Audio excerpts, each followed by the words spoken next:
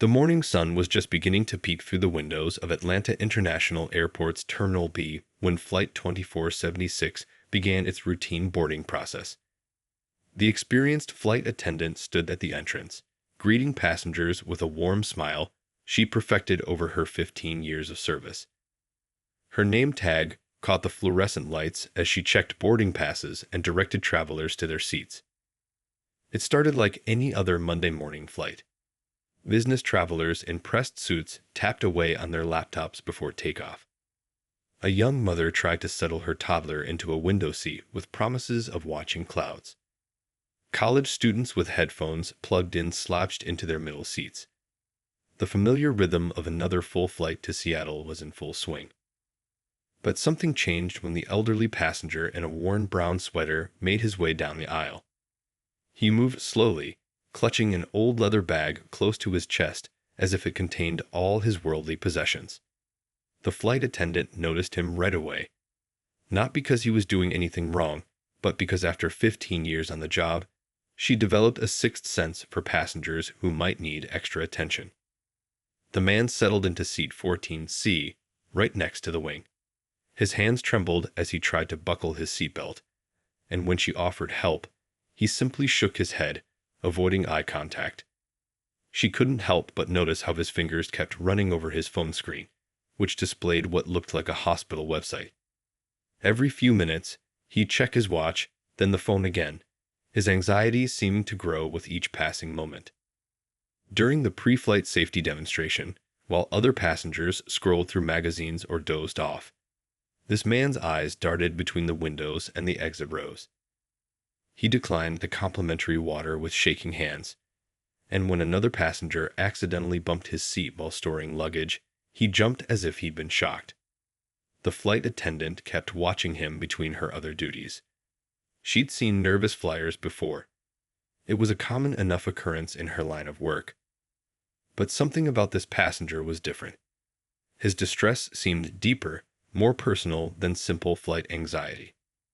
When she passed by his seat again, she noticed he was holding what appeared to be a small, worn photograph, his thumb gently brushing over its surface.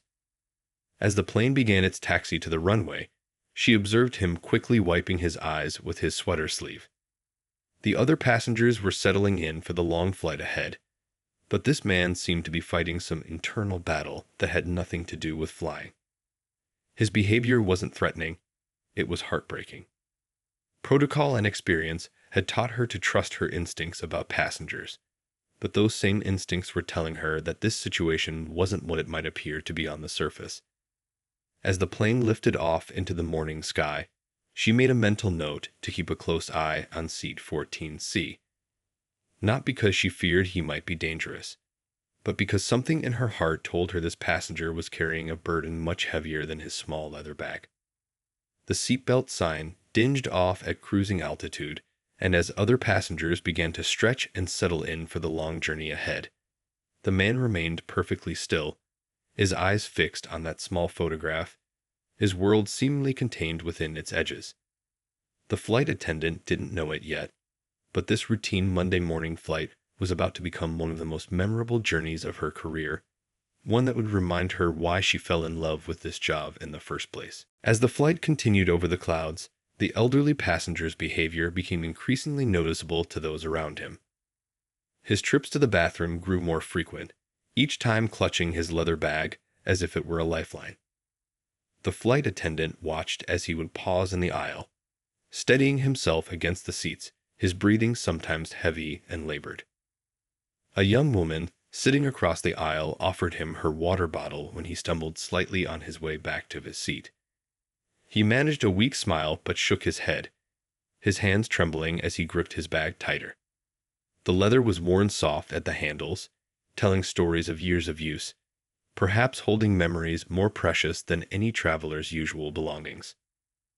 During the meal service, while other passengers enjoyed their lunch or worked on laptops, the flight attendant noticed dried tears on his weathered cheeks. His meal tray remained untouched, the plastic wrap still perfectly sealed over the airline food. Instead, he kept checking his phone until a stern reminder about airplane mode made him reluctantly turn it off. His fingers then moved to his wallet, where he pulled out what looked like a small, folded piece of paper. The boarding pass that had fallen from his wallet revealed more than just his seat assignment. His age, 72 years old, and his shaking hands painted a picture of vulnerability rather than threat. Yet something was clearly causing him immense distress. Other passengers had begun to notice too. A businessman in a crisp suit glanced over his laptop with poorly concealed concern. A teenager removed her headphones to watch him with worried eyes. When turbulence hit halfway through the flight, most passengers merely gripped their armrests tighter. But the elderly man began whispering to himself, words too quiet to make out, his knuckles white against the leather bag in his lap. The flight attendant approached with a blanket, thinking perhaps he was cold, but as she got closer, she could see beads of sweat on his forehead. "Sir," she said gently, "is there anything you need?" Her question seemed to startle him. He looked up at her with eyes that held such profound sadness that she felt her heart catch in her throat.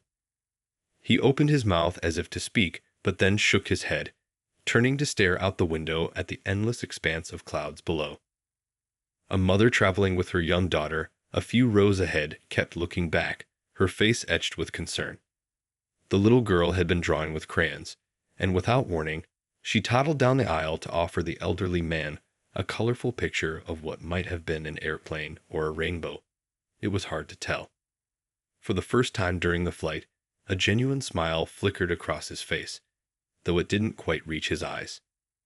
The leather bag never left his lap, and occasionally he would unzip it just enough to peek inside, as if checking that its contents were still there.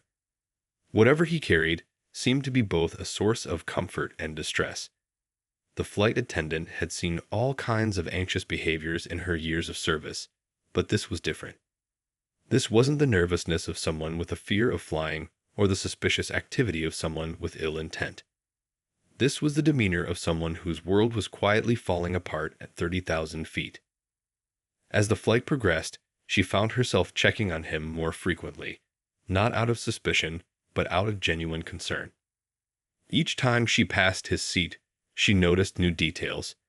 A wedding ring worn smooth with age, the way he kept touching his pocket where his phone was stored, the subtle tremor in his hands that seemed to worsen with each passing hour. Something was clearly very wrong, and as much as she wanted to help, she knew that sometimes the biggest emergencies are the ones that happen silently, in plain sight, while the world continues turning below. 3 hours into the flight, the situation reached a turning point. The elderly passenger's agitation had grown to a level that could no longer be quietly observed. His breathing had become more rapid, and he'd begun whispering to himself more frequently, his words a jumble of what sounded like prayers and names. The flight attendant watched as he pressed his forehead against the cool window, his reflection showing eyes squeezed shut against some invisible pain. She'd been doing this job long enough to know that moments like these required careful judgment. Every decision could have serious consequences. As she stood in the galley, pretending to organize drink supplies, her mind raced through years of training. They taught you about suspicious packages, unruly passengers, and medical emergencies, but nobody ever told you what to do when your heart told you one thing and protocol demanded another. The leather bag still sat in his lap, but now his grip had loosened, his hands shaking so badly he could barely keep hold of it. When another passenger asked to get by him to reach the bathroom, he barely seemed to register the request. The flight attendant had to step in and gently touch his shoulder. The touch seemed to startle him back to reality, and he looked around the cabin as if he'd forgotten where he was. That's when she noticed his phone was back on, despite the airplane mode requirements. Through quick glances, she could see him repeatedly refreshing what looked like a hospital website. Each refresh seemed to drain more color from his face. He'd pull up a messaging app, stare at it, then close it again, his fingers hovering over the keys as if afraid to type what he was thinking. Her fellow crew members had noticed too. During a quick meeting in the galley, they discussed their options in hushed tones. "Something's not right," whispered one. "But he's not threatening anyone," said another. The lead flight attendant pulled out the protocol manual. But somehow, this situation didn't fit neatly into any of its categories. In the end, it was a sudden sound that forced their hand.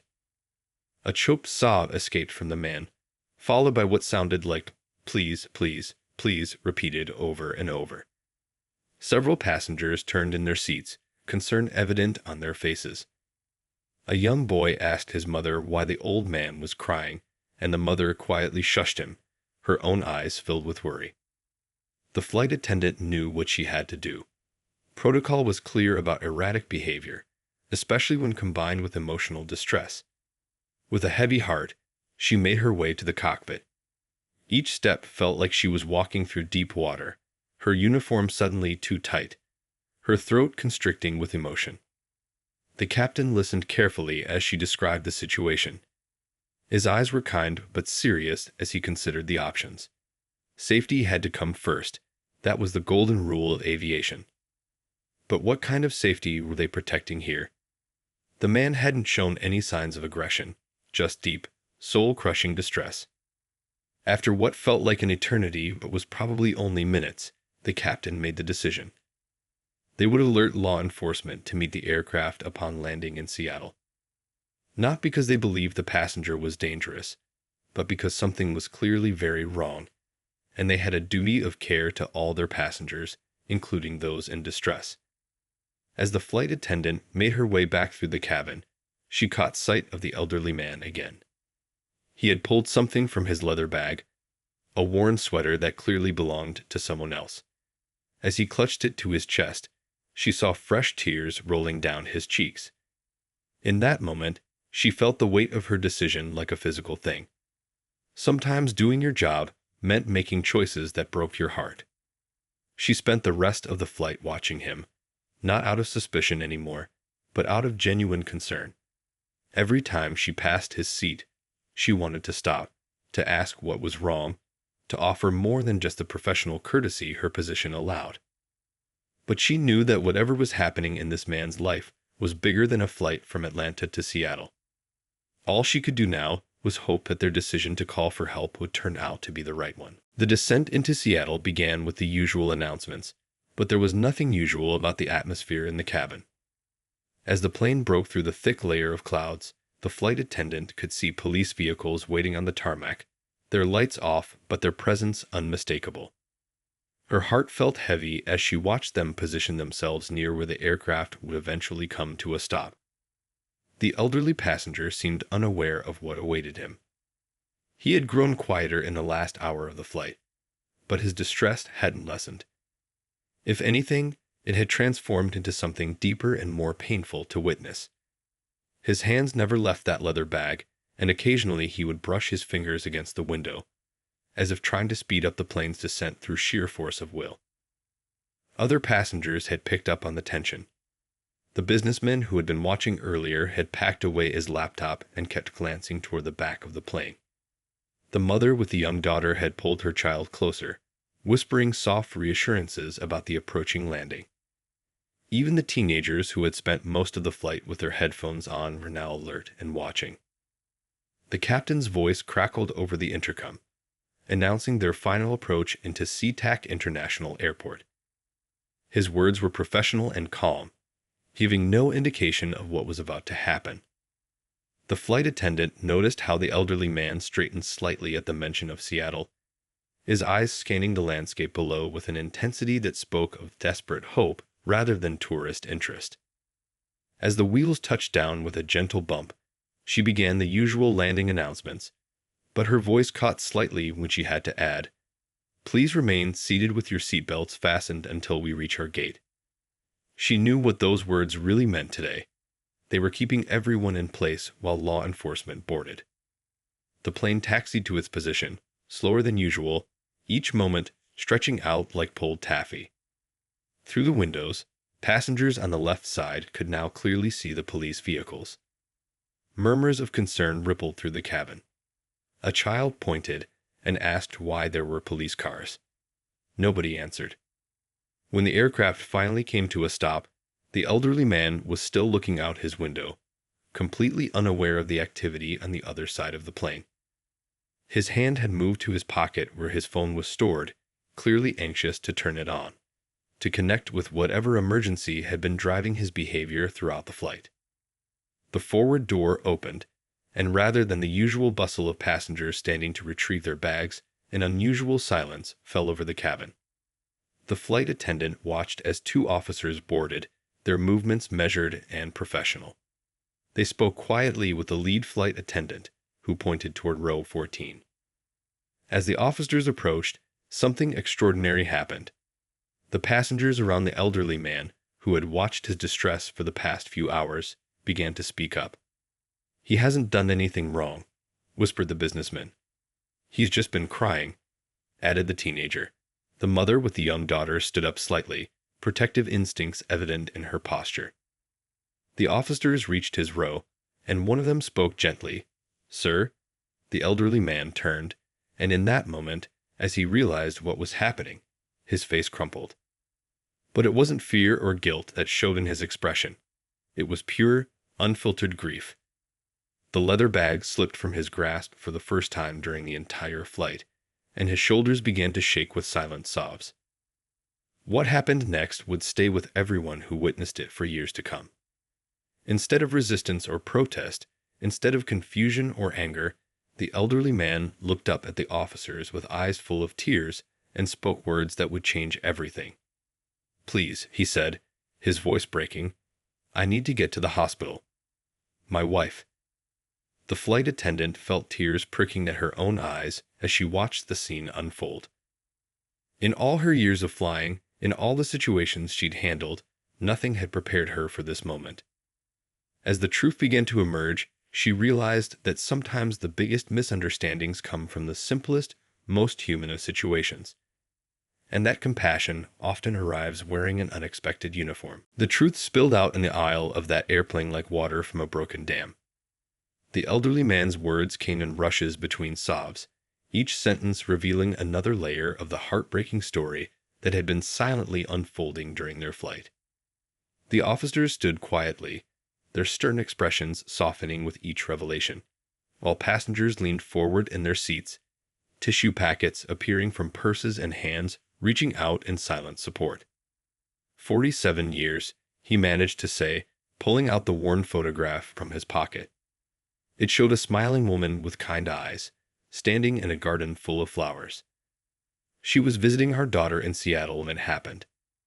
His hands shook as he held out his phone, showing the hospital website he'd been desperately trying to check throughout the flight. The doctors said it was a severe stroke. They don't know if. His voice broke, unable to finish the sentence. The flight attendant stood nearby, her hand pressed to her mouth as the full weight of the situation became clear. All those trips to the bathroom had been attempts to find privacy for his grief. The leather bag he'd clutched so tightly contained his wife's favorite sweater, the one she'd left at home when she traveled to Seattle. He'd brought it hoping its familiar lavender scent might help when he finally reached her bedside. What had appeared as suspicious behavior had simply been the desperate actions of a man facing the possibility of losing his life partner. The whispered prayers, the constant checking of his phone, the trembling hands. All of it stemmed from love and fear, not any malicious intent. He'd forced himself onto the plane despite a lifelong fear of flying, knowing only that he needed to reach his wife's side. Other details emerged as he caught his breath. They'd met in a small diner where she'd worked as a waitress during college. He'd ordered coffee every day for a week before finally asking her to dance. They'd raised 3 children, weathered countless storms together, and had just started planning their 50th anniversary celebration. Now, instead of ordering flowers for their upcoming anniversary, he was rushing across the country, praying he wouldn't have to say goodbye. The businessman who'd been watching earlier quietly shared that his own mother had survived a stroke the previous year. "Every minute counts," he said softly, and the officers nodded in understanding. The police presence that had seemed threatening moments ago was transforming into something else entirely, a potential blessing in disguise. As the elderly man's story unfolded, the entire atmosphere in the cabin shifted. The mother who had held her daughter closer earlier now offered her travel pillow to make him more comfortable. The teenager who had watched with concern dug through her backpack and produced an unopened bottle of water. Even the flight crew members who had struggled with their decision to alert authorities now felt their worry transforming into determination to help. The leather bag that had caused so much concern was gently opened, revealing not just the sweater, but a lifetime of memories. Old letters tied with faded ribbon, a pressed flower from their first date, photos of their children and grandchildren, and a handmade card that simply read, "To my forever love." Each item was a testament to a life built together, each one carefully chosen to bring comfort in what might be their final moments together. Through tears, he explained how he tried to book an earlier flight, but everything had been full. How he'd barely packed, grabbing only what mattered most. How the thought of flying had terrified him less than the thought of not being there when she needed him. His fear of flying, which had kept him grounded for decades, had been overshadowed by a greater fear, the possibility of not saying goodbye to the woman who had been his North Star for nearly half a century. What happened next showed how quickly humanity can shine through in moments of crisis. Instead of proceeding with standard protocol, the officers immediately sprang into action to help. One officer was already on his radio, coordinating with airport staff to expedite the elderly passenger's exit from the plane. The other pulled out his phone, calling ahead to arrange a police escort to the hospital. The flight attendant, now fighting back tears herself, rushed to grab her supervisor. Within minutes, they had coordinated with ground staff to have a wheelchair waiting at the gate. The supervisor made a quick call to arrange for express transportation to the hospital, bypassing the usual taxi lines and airport shuttle delays. Every minute saved could make a difference. Other passengers, who had watched the story unfold, began offering their own help. The businessman in the crisp suit handed over his priority passenger card, which would help speed through the terminal.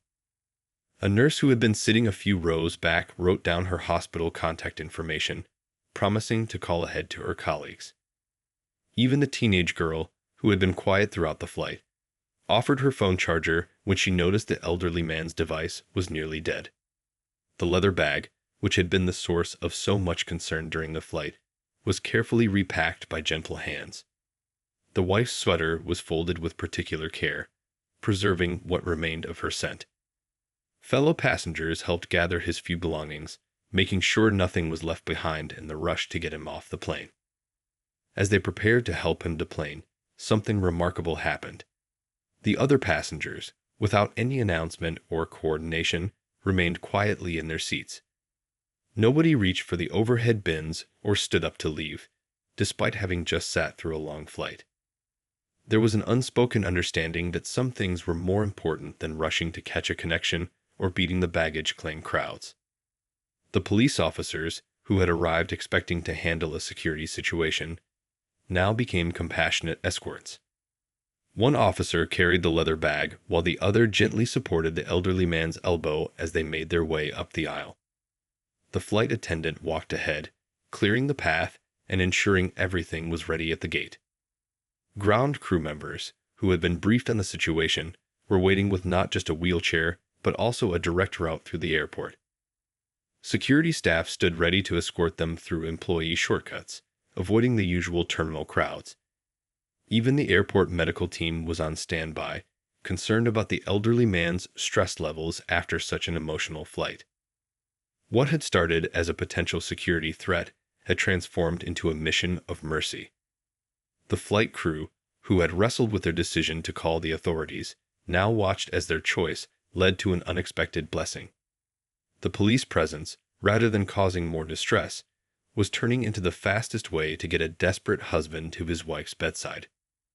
Before he left the plane, the elderly man turned to thank the flight attendant, his eyes full of gratitude despite his worry.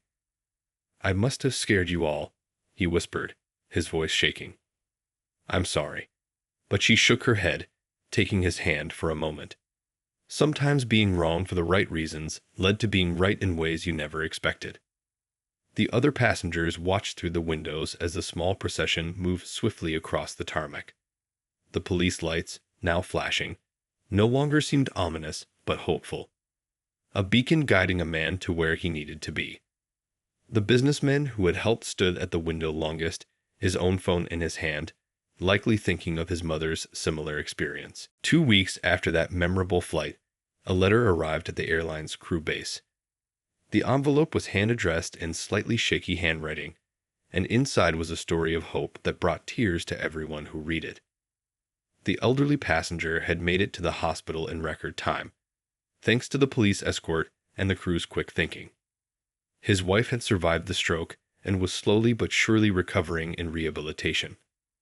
The letter described how Pete arrived at the hospital still clutching the leather bag with her sweater.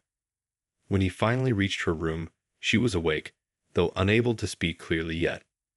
But her eyes lit up when she saw him, and when he draped her favorite sweater over her shoulders, she managed to smile. The doctors later told him that stroke recovery often went better when patients felt connected to familiar things and loved ones. The flight attendant shared the letter with her colleagues during their next crew briefing. The story quickly spread through the airline, becoming a powerful reminder of why their work mattered beyond just getting people from one place to another. What had seemed like a potential security threat had turned into a lesson about love, judgment, and the importance of looking beyond surface appearances. Inside the envelope was also a photograph taken in the hospital garden. It showed the elderly couple sitting together on a bench, her in a wheelchair with that same sweater around her shoulders, him holding her hand just as he had for nearly 5 decades. Though signs of the stroke were visible in her face, her eyes sparkled with the same warmth seen in their old wedding photo. On the back of the picture was written a simple message: "Thank you for helping love find its way." The story became a regular part of the airline's training program. New flight attendants would learn about it during their security awareness sessions, not as a cautionary tale about what went wrong, but as an example of how to balance protocol with compassion. It sparked discussions about reading situations beyond the obvious signs, about trusting instincts while keeping hearts open. Other crew members began sharing similar stories, moments when apparent problems turned out to be something entirely different. The businessman who had helped that day became a regular on that route, and whenever he flew, he would ask about the couple.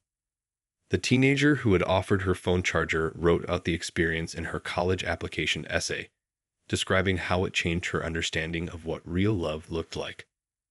A year later, on the anniversary of that flight, another envelope arrived. This time, it contained a photo of the couple dancing at their daughter's wedding. The wife had made enough progress in her recovery to share a slow dance with her husband.